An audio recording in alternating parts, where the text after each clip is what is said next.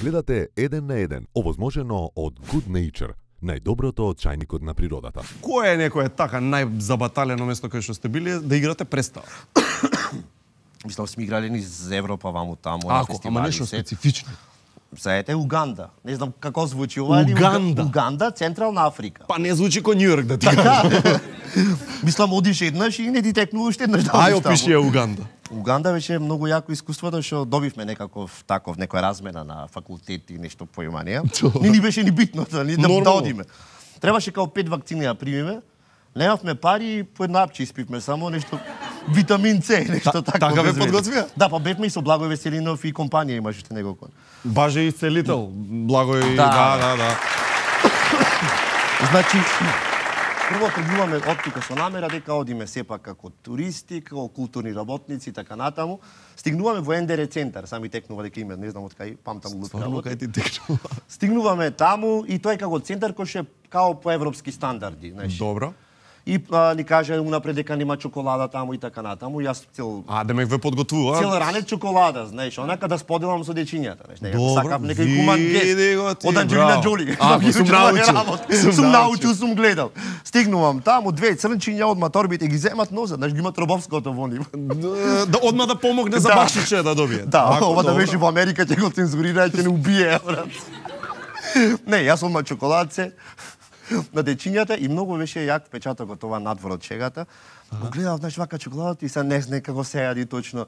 И седе вака го гледам, го лижи чоколадото, пола ден со чоколадото. Абе солзијата и течат, знаеш, колку не е убаво чувство. А што не му каже бе, Марија, не? Не му дал уште едно. Неозбилно, стварно.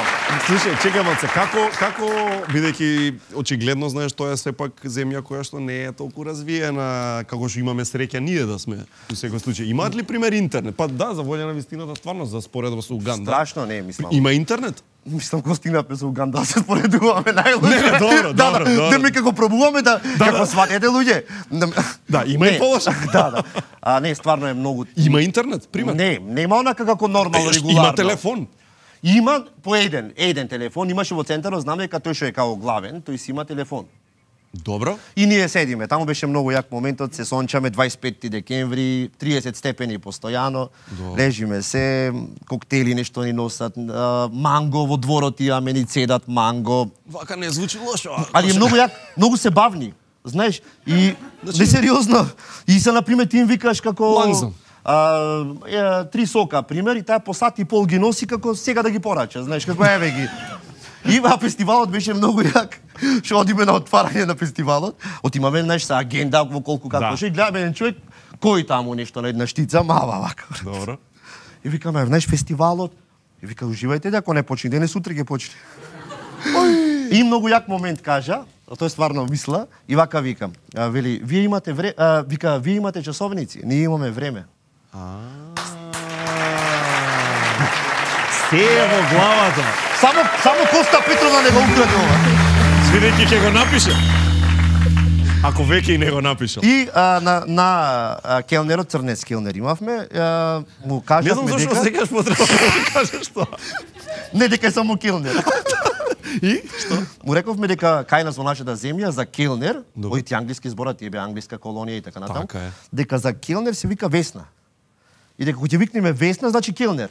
И ние седи, Весна! Вака. И се појавува црнецот.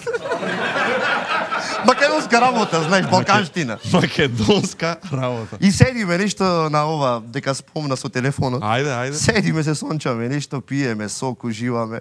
Таму пример 10 дена треба да е фестивалот, тој 15 трај. Нема, има време, брат. Така е. И едно време иди еден црнец и вака ми вика, тебе те барат. Што? Викам, вајда не во Уганда, знаеш. Некој те бара на телефон во Уганда. Да. И са, викам, окей. Земам телефонот, дезинфекција, промеш нормално. Ти ме толку расист. Не. Чека, за Абе, нормално комичар е човек. Ало? И оттаму се чу, ало? Викам, кој е? Кире од Битола.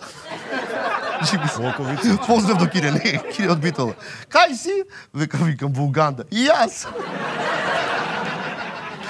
И во еден момент само вика, во НДР центар си? Да. Ќе дојдам вечер во 6.